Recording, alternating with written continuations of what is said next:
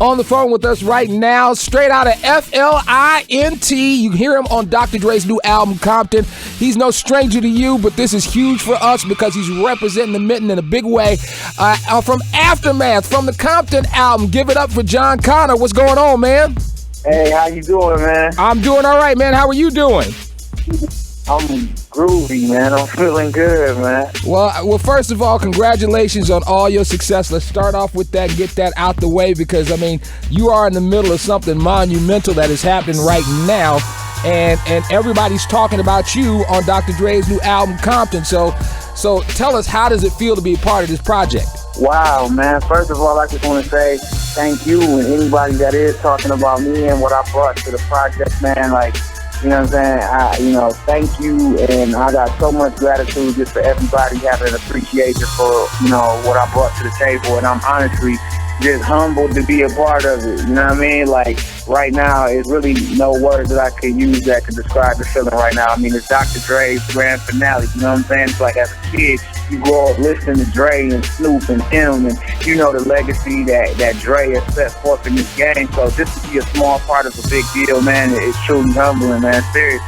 The album kind of came out, it was kind of secretive and nobody really knew anything about it, and all of a sudden, bam. I didn't believe it was coming out until I saw the pre-order in iTunes because, everybody was worried about Detox. I was like, if Dre said album coming out, I'm not believing it until I see it, till it's in my hands. And then when it was in my hands, it was nuts. So only two people on the album really got their own tracks, The Game and you. How did that work out? Well, man, what's so crazy about that? Like I say, once again, man, like I just gotta say, man, it's a blessing, man. Like who thinks that could ever happen? You know, I'm wrapping my mind around just working with Dre and being a part of that. So to have my own record on his last album is still kind of surreal. And the way it went down was, we just was recording. Like, we never stopped recording the Aftermath. Like, it's like 365 days of the year. We don't really take off days like that. So we was in Hawaii just recording, and Dre really, really, really messed with the joint that I did, One Shot, One Kill. And, no matter how many records we did, that was one that he always kept bringing back up to me, like, yo, Connor, you know what I'm saying? One Shot, One Kill is hard. And I'm like, yo, I knew that he messed with it, but I didn't know to what extent. And, the closer we got to, the album coming out, it was funny. It was like all the records was wrote down on like this erase board in the studio. And I called it like, it was like cut day back in high school. If you was on the basketball team or football team, like you would come into the studio and you ain't know what, songs was going to make the album. So the closer we got to the album being finished, it was like Dre really still believed in that record and believed in what I did and just loved the vibe of the joint. And then Snoop, he brought Snoop in on it. It was just crazy. Like, he took that record to the next level. Like, that's the thing about that. He saw the whole vision for the record before I did, man. So it was just a beautiful thing. And so it was really just Dre saw the end result of One Shot, One Kill, you know what I'm saying, from the time that we recorded it. And he made sure that it was up to par. He made sure that, it was on there because he just loves the song like that. Good. Now I've seen you perform here in Lansing and Common Ground. You were here a couple years ago and ripped it up. And you got a big supporter that actually, you know him from Flint, but of course a lot of Spartan fans know him as a person who brought a national championship to Michigan State, Mateen Cleaves. So quickly, tell us how that relationship started.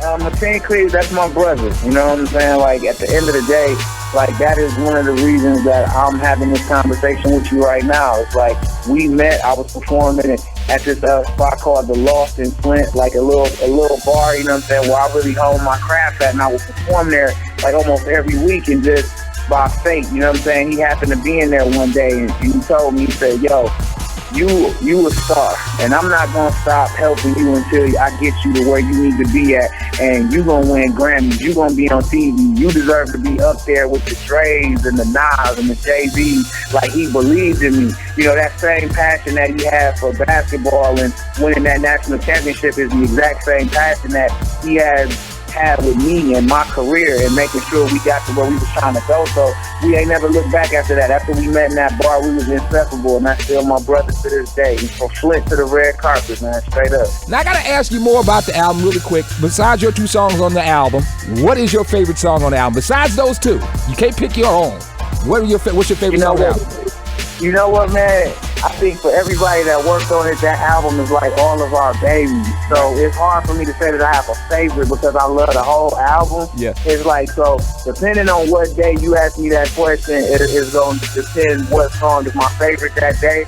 So today, my favorite joint on the album besides, my favorite song on the album would probably be right now, Talk About It with Justice and King Nez and Dre, and also Animals with my man Anderson, produced by DJ Premier. Like, Animals, just to me, the vibe, the message of the record, like, you know what I'm saying, it was kind of like F the Police 2015, just with Dre being more mature now and being able to express how he feels about the things that he sees going on in society today. Right. So Animals right now and Talk About It, you know what I'm saying, is my joint today. We're talking to Jon Connor, who is on Dr. Dre's new album, Compton. So now that you're out there, and I mean, everybody in the Mitten's already known about you, but now the whole world knows about you. So the question is, when do you get your album on Aftermath coming out? Yo, it's on the way. Let the whole million know. Let everybody know it is on the way. It is more done than y'all even know. So it's like right now we putting that fairy dust on it right now to bring it to that next level where it's supposed to be, to make sure the production value is everything that y'all expected and everything that y'all deserve. Because Michigan, we've been grinding for so long, man. Like, you know what I'm saying? I honed my craft in Lansing, Detroit, Benton Harbor, Saginaw, like everywhere in Michigan. So the thing is, I'm from Flint, but I represent all of us at the end of the day. And I just want to make sure that we give y'all the quality album that y'all deserve and that y'all expect from Aftermath. So it's more done and it's coming sooner than y'all know. But right now, man, I just want everybody to enjoy Compton and go get the physical copies when they come out next week. And make sure y'all go download it on iTunes right now. Dr. Dre put his heart and soul into this album. And it's the grand finale. Make sure y'all complete that trilogy. The Chronic, 2001, and Compton. Make sure y'all go get it, because Michigan, we representing on that. Me, Eminem, Michigan, we in the building on this album. I hear you. Last question, Jon Connor. We have a lot of artists out there that, were like you, trying to get going. And I talk to them every day. I just had somebody in the studio not too long ago. What advice would you give to them? The advice that I would give to artists today is make sure you love this. Make sure you perfect your craft. Make sure you don't listen to anybody that tells you that you can't do it. Don't listen to any naysayers, any doubters. Like, you keep going no matter what. Perform at every open mic you perform at, every bar, perform at every comedy show. I don't care if it's an R&B show. Perform at that. Perform at everything the radio throwing, and give your all. It don't matter if there's 5 people in that crowd. You perform like you at the Grammys. That's the only way you gonna win, is to do everything as if it's already happening. You gotta perform like you at the Grammys. Perform like you performing at halftime at the All-Star game. Like, every show that you do and every rhyme you write, you gotta make it like that's the one that's gonna change your life, because it could be. Because that day that I was in that bar and Mo Cleaves found me, who knows? I didn't know that was gonna be one of the days that changed my life. So everything and every opportunity you get, capitalize on it, because it could be the day that changed your life. Once again, Jon Connor on the phone with us. Compton in stores right now. He's got the best tracks on the album, so you definitely need to go cop that. And it's available on iTunes, but you can get the physical copies. Is that next week? Yeah, I believe, don't quote me on this, but I believe it's around the 24th, I believe. So make sure y'all go get it on iTunes right now, and make sure y'all go get the physical copy. 5, 6 of them, Michigan, we did that. I did that. The physical copies got to hurry up and come out, because everybody keep asking me to burn them a copy. I keep telling them no. Got to get it.